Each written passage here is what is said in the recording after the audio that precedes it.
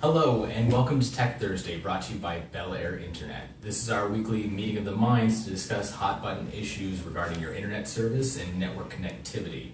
We're going to be discussing topics that come across our ticket board daily and solutions that we've implemented to improve our customers' internet service. So my name is Victor. And my name is Kai. 90% of the phone calls we get from our customers, simple issues, buffering, websites not loading, things running slowly, and we have a simple solution that should be implemented or at least tried when you're having these issues. What we're talking about today is rebooting your router. Not necessarily always the edge of your seat topic, but if you are on a deadline and cannot send a file or project out, it becomes a serious issue. Sounds simple enough. Think of it as an oil change. Your router is a computing device. It has a processor, it has memory. It's almost like a computer. The device is running 24 hours a day, 7 days a week. It could be hot, it could be running into issues. So what we're gonna wanna do is reboot it. So let's discuss on what a router is. And one or two. Beautiful.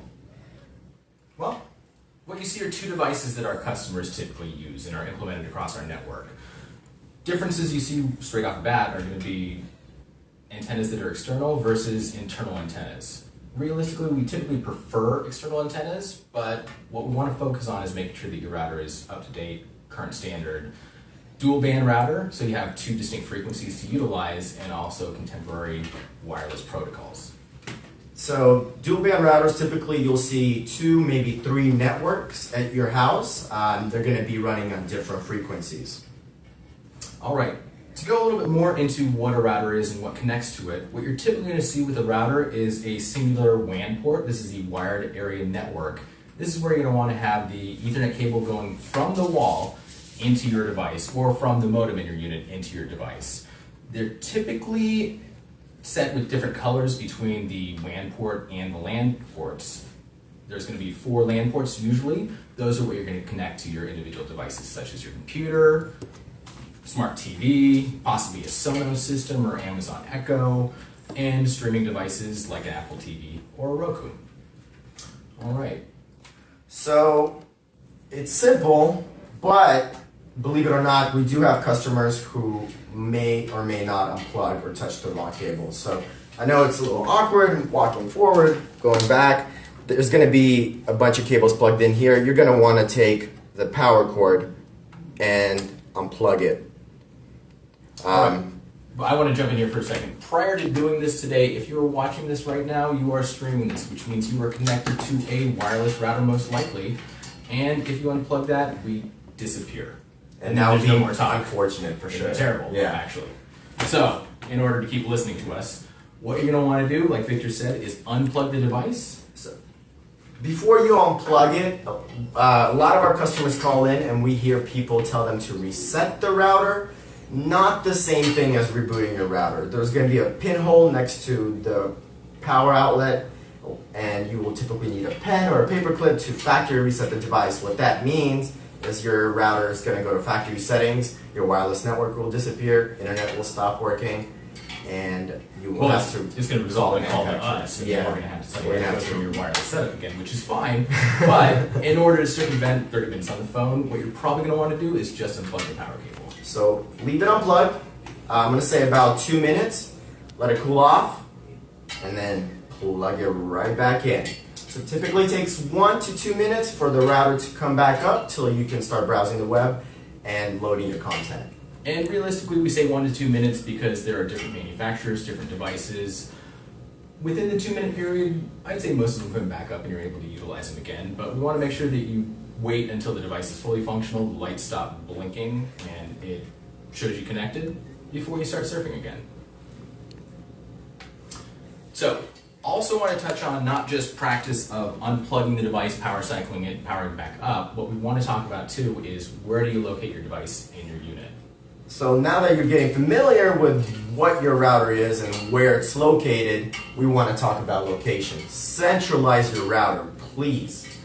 Yeah, obviously the best place to get wireless coverage is going to be in the center of your unit, which means all the additional rooms in the apartment, or possibly even just being closer to that device while watching programs in the living room is going to be the best choice of locations. Additionally, you're going to want to put it in a location where you can plug a device in. If you're streaming something, we're going to suggest that you plug it in. Roku, Apple TV, plug in one of the LAN ports to circumvent wireless interference.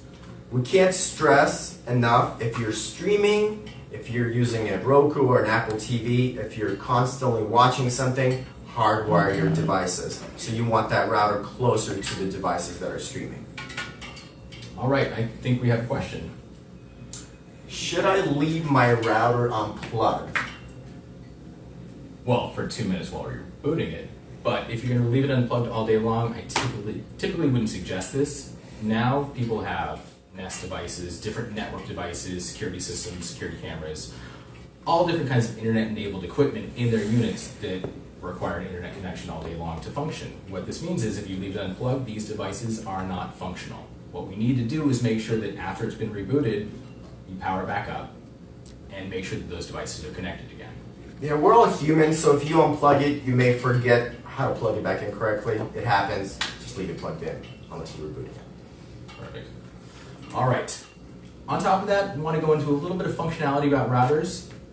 Everybody loves wireless connectivity.